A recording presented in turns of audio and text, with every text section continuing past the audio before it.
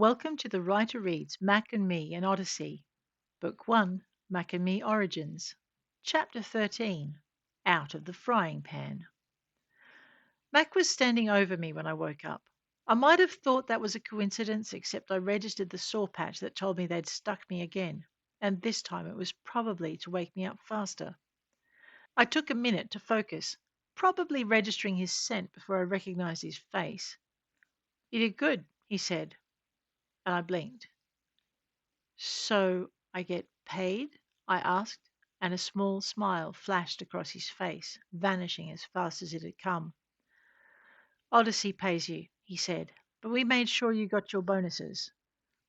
I felt my face fall. "Crew's cut?"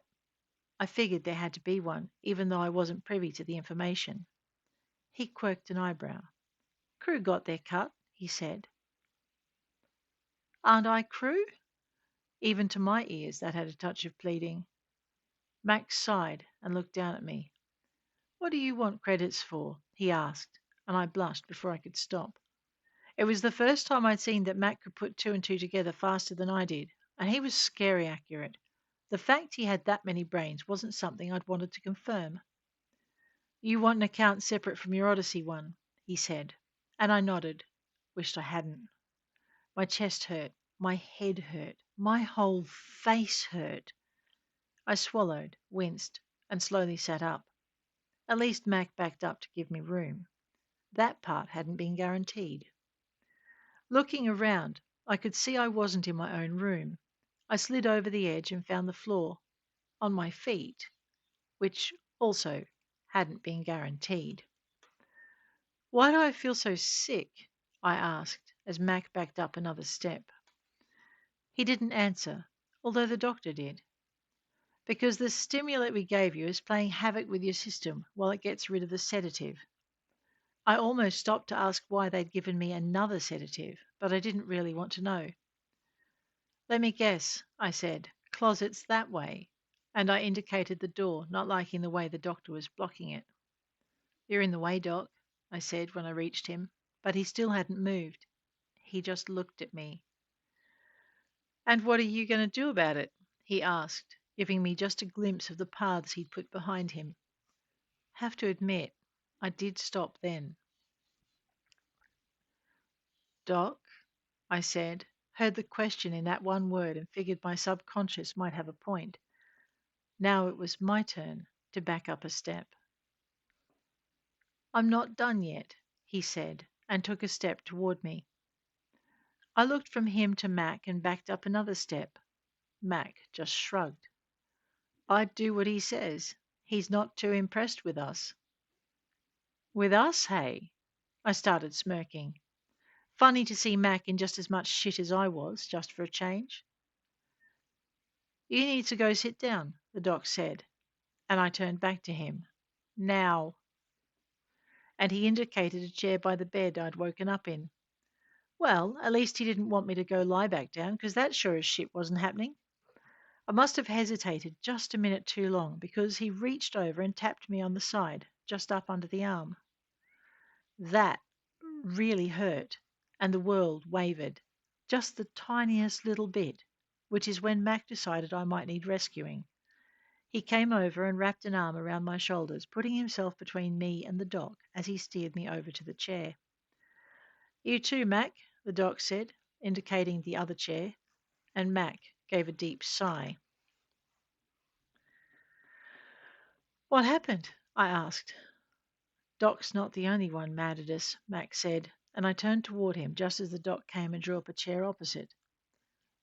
"You need to take your shirt off," he said, and I glanced at him, then across at Mac. "He won't look." Mac moved so his back was to me, so I ditched the shirt. "Breathe in. So hood, and zip it." I zipped it and let the doc get on with his exam. He was pretty thorough, and he wasn't happy at the end. "Mac," he said, and it was an order, but I wasn't ready to be engulfed by Mac's arms and pinned as the doc hit me with another shot. When he was done, he turned to Mac. "You, I don't need to see," he said, getting up to leave, "and she needs 2 minutes before warp." 2 minutes? That was tens over the comms. I don't know if I can hold them off that long. I got it. 2 minutes was a long time in any combat, be it between ships or between folk. What's going on?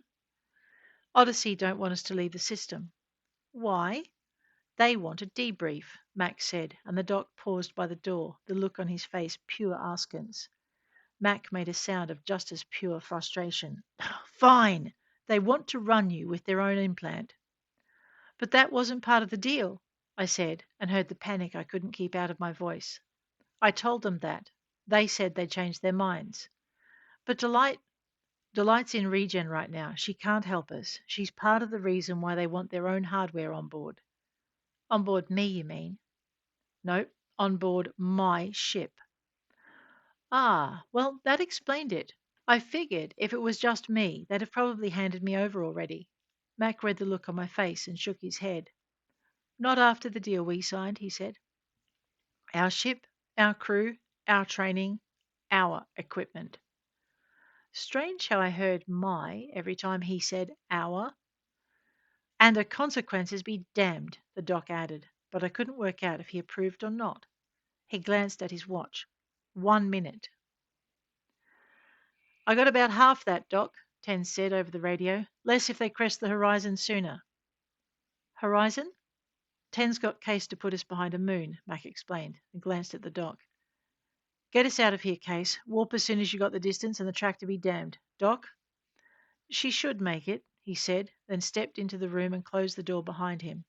Lie down, he said, looking over at me. You too, Mac. This won't be pleasant. He didn't say more, just lay down on the floor himself. So I followed suit, feeling a sudden surge of vibration thunder through the ship. How long did they say Delight would be under? Mac asked. They didn't, the doc told him. But I saw the report. She'll be out a month while she grows bits back. She would? While she what?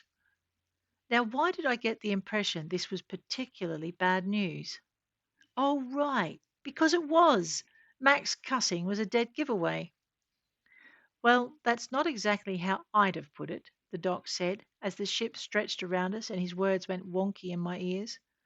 But the sentiment's there. Oh, yeah, sure, the sentiment. I felt my body pulled 6 ways to Sunday, heard someone screaming from behind gritted teeth. Yeah, that would be me. I should survive? I wasn't sure I wanted to. It wasn't a lot of comfort to hear Mac and the doc making the same kind of sounds right alongside me. God damn it all to hell and the stars and back. Was this what it was like for the rest of the crew? The sense of being stretched went away, and I heard Mac speak. Bounce it, he ordered, and I wished I knew that didn't mean what I thought it did. Neither Tens nor Case said anything, but the ship jolted around us, and Mac gasped. Lord, the doc murmured, that is going to leave a mark. It was, and then pain slewed through me, and I screamed. So did the doc and Mac. When we hit the next pocket of calm, he could barely speak. Twice more, he started, but Case got it, and things got kind of gnarly after that. I couldn't tell if we were being pulled, pushed, twisted, or crushed, although maybe it was all of those at once and I just didn't know it. When it finally stopped, I felt like a wet dishcloth. Even Ten sounded wrung out. Satisfied, but wrung out. Follow that, you bastards, he said. Case, comms is yours. Ah, fuck. And the comm went dead. I wasn't sure if we'd be meant to be privy to that, but I didn't care. I was just content to lie on the floor and not move. And I was content to do that for maybe the next century. So, too, it seemed, were the doc and Mac. I was just starting to hope we were safe when 4 figures blurred and flickered into existence around us, and I heard Mac echo Tens. This couldn't be good, right? But I couldn't bring myself to move, and neither Mac nor the doc shifted a muscle. Bouge pas! One of the figures snapped, and I groaned, recognizing the phrase from the last time I'd been looking down the barrel of someone else's gun. Bouge pas, right? Like we could have moved if we'd even wanted. Mal, Mac said, but his greeting was not a happy one. The voice that came over the intercom sounded more pleased than I'd like. Got your ship, Mac? Uh-huh, Mac said, and pushed himself up on his elbows. The nearest figure raised a boot and slammed it into his chest, knocking him back to the floor and pinning him there. The disembodied Marl spoke again. Easy, boys. Let's let them live for now. Well, that made me breathe a bit easier. Alive, huh? I closed my eyes, opened them again when I felt the static of another teleport arrival. Mac? Marl's voice. No reply. I opened my eyes. Mac? Marl again, and this time he kept going. What the hell did you do to yourself? Hardburn warp. I saw Marl turn his head to look at the doc and me. I also noted Ten standing beside him, a strange crewman at his back, a gun in his ribs. Marl ignored me. On the floor? He asked. No, no time, Max said, and I knew he meant there'd be no time for us to get to something better for making that kind of jump. But he kept on. 4 jumps. And Marl gave a bark of laughter. 4? Truly, Mac? Who did you piss off so much you'd risk 4 burners like that? Mac coughed, and I wondered if he couldn't answer or just didn't want to. I made a note not to tell Marl anything, checked my implant. It was alive and would look that way to anyone scanning it. I found the trigger I'd used the second time I'd gone down to visit Bastian, flicked it so the implant would show as dead weight. One of the other figures made a small sound of surprise and turned toward me. You, she said, nudging me with the toe of her boot. What did you do?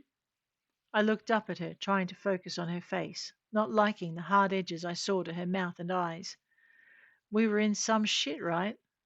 Whoever this Marl was, he didn't like Mac, and his crew were veterans at whatever it was they did. She nudged me again. Your implant just died. What did you do? Mac gave a coughing laugh, and I rolled my eyes, catching his cue. My body might be wet noodle useless, but my brain was lighting up on all circuits. Yeah, laugh it up, big boy, I said. It's your fucking junk in my skull. I turned my gaze toward the woman. Damn thing keeps shutting down. Was getting a pre-op check with the doc when things went south. I tried to turn my head so I could see Mac and raised my voice. Next time your pilot goes crazy, I say we shoot him. Don't worry, Max said, and his voice was rough with the same kind of exhaustion I felt running through my system. I aim to. Mal tutted. What did you do to upset poor Tens? He asked. The two of you are such good friends. The way Mal said it, that wasn't something I'd stake my life on. I wonder what he'd say to hear you talking like that. I'd say he needs to get off his fat ass and do his own piloting, Ten said, given what Case just pulled to get him out of Bastian's claws. Mal moved so he stood between Mac and me, and then he crouched down beside me and took my chin between the thumb and forefinger of one hand. Way I saw it, he said, you weren't the only one gotten out of Bastian's claws. I wonder what the old boy would pay to get them back. And I didn't have to fake the fear that ran through me. You pay me a share and I'll calm him for you, Ten said, and Mal got to his feet and shot Tens in the gut. I couldn't suppress a short cry of horror as Tens folded. I tried to get up, but the tech gal standing over me was quicker. Her boot caught me in the center of the chest and crushed me back to the floor. To my right, I heard Mac move and then abruptly stop.